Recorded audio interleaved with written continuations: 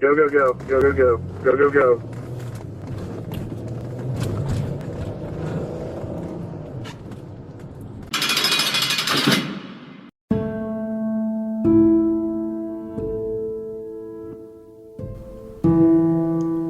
Folks, welcome back to another episode of The Fallen Badge. Today we're going to look at the murder of Captain Ralph Frasure, Officer Jacob Chaffins, Deputy William Petry, and K9 Drago, Prestonsburg Police Department, Floyd County Sheriff's Office, Kentucky.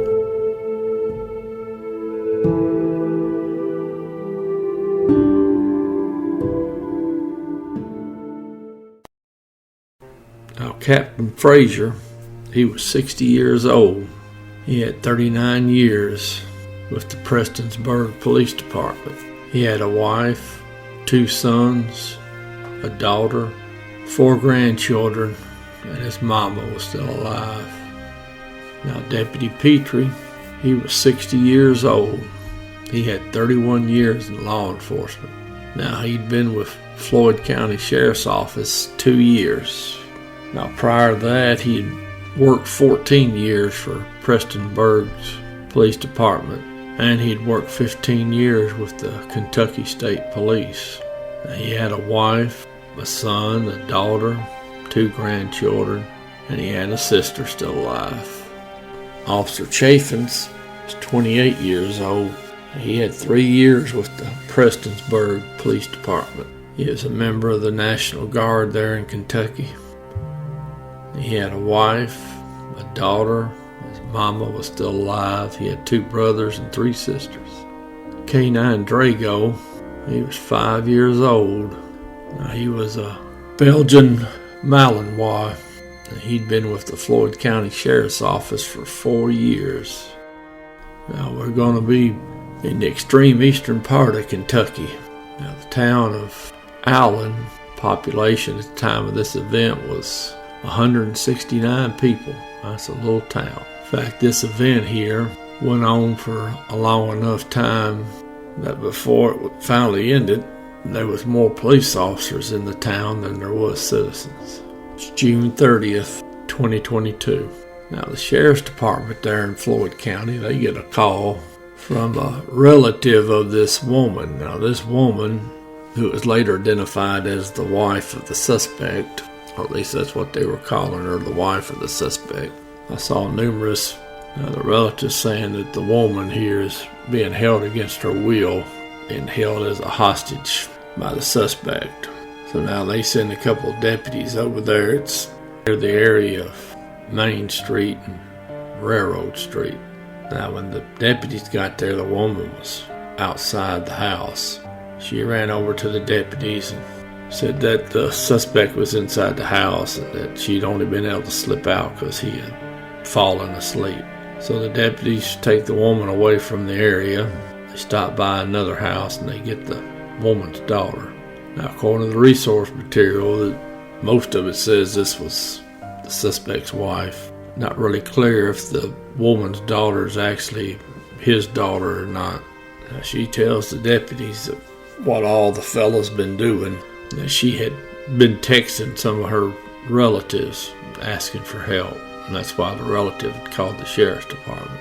Now, they took her to the hospital, and according to the medical people, she did show signs of injury because she had claimed not only allegedly the physical abuse, but also that she'd been raped. Now, she told the deputies, I'll give her this, she told the deputies, he's got a bunch of guns in the house. So now they draw up an emergency protection order. And this warrant is charging the suspect with 4th degree physical assault. So the 4 deputies, they head over to the house. 4 deputies and 4 cars. Now, Deputy Petry's in the first car. Deputy Newsom's in the second car. Deputy Hall's in the third car. And then Deputy Lawson, he's the 4th car. Now, Deputy Petry, Deputy Newsom, they get out of their cars. They're going to go up to the front door. Now, One of the deputies, I believe it was Deputy Lawson in the fourth car, he told the other deputies over the radio that the suspect's at the window looking out. Now, this house that the suspect lives in, it's elevated, and it's got a direct line of sight all the way down Main Street. He can see to the railroad tracks. He can see past that. That next street is Railroad Street that intersects Main. So he can see all the way down that street. And he's got guns that can reach down Main Street for several blocks. Now, the only way to get up to the front door is you got to go up some steps. Now, once you get to that front door, there's a small little landing there. So it is not a good position for an officer to be in. Now, I don't know if Deputy Petry got all the way up to the front door or not. The way the sheriff at the news conference described it, it sounded like he did. But in any event, so you got Deputy Petry and Deputy Newsom, that if they're going to go up to the door and knock, they got to go up them stairs. Now, the suspect, he opens the door, and as the sheriff described it, he opened it like he knew the deputies were coming, and I'm sure he did, because once he figures out the woman or the wife, whatever she is to him, is not there. Now, as soon as he opened the door, he started cranking off rounds. Now, there's another good indication of why the sheriff believes the suspect was waiting on the police to show up, because the suspect was wearing a Kevlar vest and he had a backpack on. Now, where the suspect's standing at the doorway or anywhere in his house, he's probably got at least 10 foot higher elevation than the deputies do down on the road. So now when the shooting starts, from what I gather, Deputy Petry went down immediately. And I don't know if he was DOA immediately or not, because this incident's going to last for hours and hours. So if he didn't die immediately, he would have bled out. And I don't know if he was killed up on the landing of the steps or in the yard. So now, suspect, he's turning those deputy cars into scrap iron. Now, Deputy Hall, he's able to roll out of his car, and he takes cover behind Deputy Newsom's vehicle. Now, Deputy Lawson, when he's trying to get to cover, he's hit. Now, one of the deputies, I don't know who, was able to drag Deputy Lawson to better cover. Now, of course, the call goes out that you got police officers down, so Kentucky State Police show up, constables show up, Prestonburg's police department shows up, police from all over. Now, that kill zone that the suspect's got is a big area, again, due to him having that height advantage and being able to see a long way down the street. He's shooting people that think that they're okay where they stopped at. Now, one witness said that there was a fireman got hit, and where that fire truck is positioned, it was several hundred yards away. Now, to get to the suspect's house, if you're going northbound, you're going to cross Railroad Street, and then you're going to go over the railroad tracks. There's a crossing right there. Well, there's a hill. So I think some of the people that were hit were under the illusion that that hill is going to protect them, but it doesn't, because the house is up higher than that little elevated spot there for the railroad crossing. I'm not really sure when, where, and how Captain Frasure or Officer Chaffins with Prestonburg's police department, when their deaths came about, or for Drago the canine. chief and assistant chief of Prestonburg's police department, they didn't really say anything about what had happened to their officers, because of course it was so soon after the event that probably not a lot they could say that wouldn't be conjecture. And I've never seen anything since about where they are at or what was going on. I do know there was a comment by some of the resource material that Officer Chaffins was allegedly at least 200 or 300 yards from the scene when he was hit. I'm going to take it that same thing happened to Captain Frasure, that he got sniped just like the officer did. Now, Drago, I don't know if his handler had gotten him out of the car to use him, or if he was in the car when he was hit.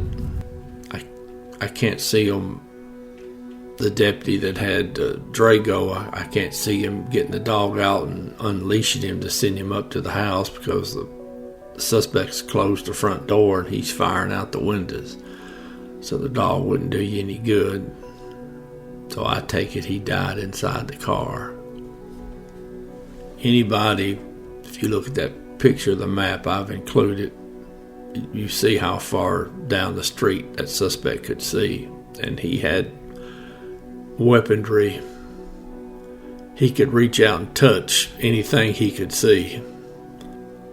Now, they had a constable that was hit by glass and shrapnel when his car got shot up. The Floyd County Emergency Management Director, he was shot. Now, I don't know if he's actually hit by the bullet or by shrapnel, but he had some kind of injuries to one of his eyes.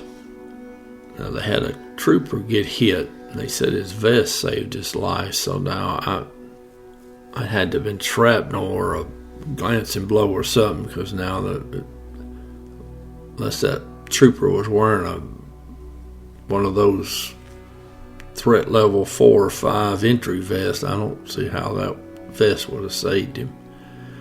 But anyways, he was wounded.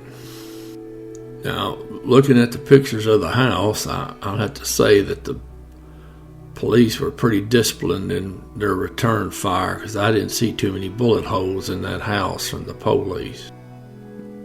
Now, for as many hours as this suspect was shooting, and he was shooting at anything that moved, I would have expected the police to have pretty well turned that house into kindling.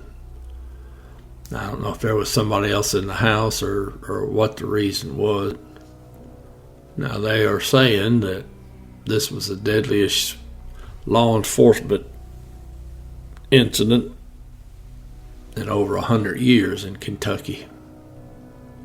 Now, finally, around 10 p.m., because I believe this incident started around 3 or 4 o'clock in the evening. I know it was still daylight out. But anyways, he surrenders. I don't know if he ran out of ammo or what. Now, originally he was charged with 2 counts of murders of police officers. But now, Officer Chaffins, he doesn't die till the next day. So then they up the ante on him. Now, when it's all said and done, he gets indicted by the grand jury for 3 counts of murder of police officers, 6 counts of attempted murder of police officers, 7 counts of wanton endangerment, 2 counts of assault of a police officer, 1 count of assault of a service animal, and 1 count of 4th degree assault.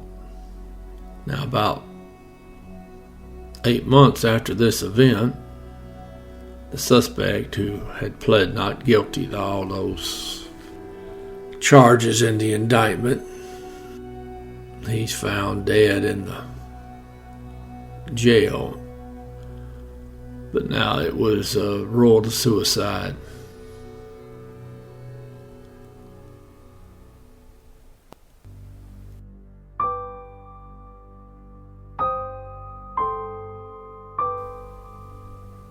Captain Ralph Harlow Frasure, Deputy William Edward Petry, K9 Drago. End of watch, June 30th, 2022. Officer Jacob Russell Chaffins. End of watch, July 1st, 2022.